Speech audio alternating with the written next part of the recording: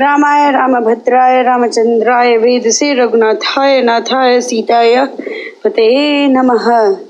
Kishkindha Kand, chapter number 2. Sugriva sends Anjaneya to the princess. The recitation begins now. Sugriva was filled with fear at the sight of Rama and Lakshmana, armed with mighty weapons, valiant and dazzling in their luster. A strange restlessness caught him in its grip, and he flung startled glances on every side. An expert in the various mysteries of kingcraft, the monkey chief grew heavy of heart and consulted with his ministers about the advisability of staying there or seeking safer quarters. His mind was in a whirl and refused to rest on any one idea. Then he threw a searching glance at the princes and said to his companions, "How come these here, where man nor beast dared not tread?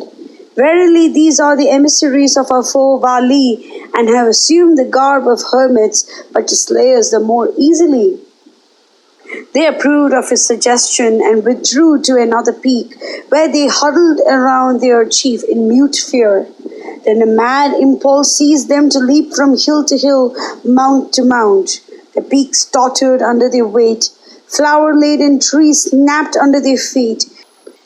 Deer, cats, tigers, and other wild beasts fled in affright.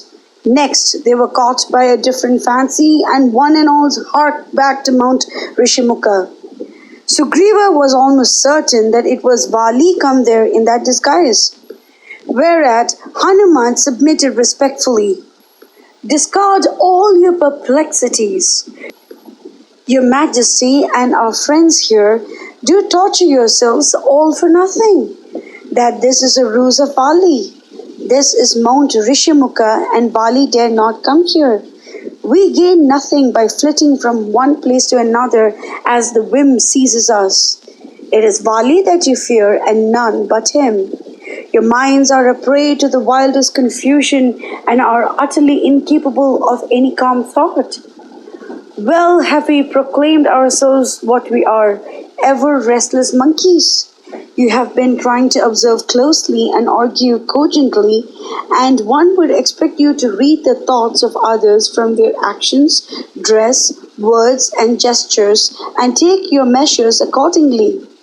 A nice ruler of men would he make whose mind is like a rudderless boat in a storm."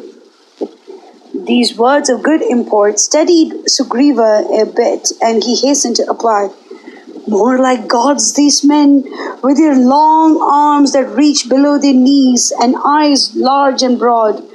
Mighty and fearful are the weapons they wield. It is no wonder that my heart turns to water at the sight of such. Yet I guess that these are sent by Vali. Not that I fear that it is Vali himself come against us. Infinite are the resources of kings, and we do well not to confide in them. Beset with foes as we do but right in taking everyone in disguise as sent against us. You might be sure that they would not return our confidence. They would ever lie in wait for a careless moment and deal death to us.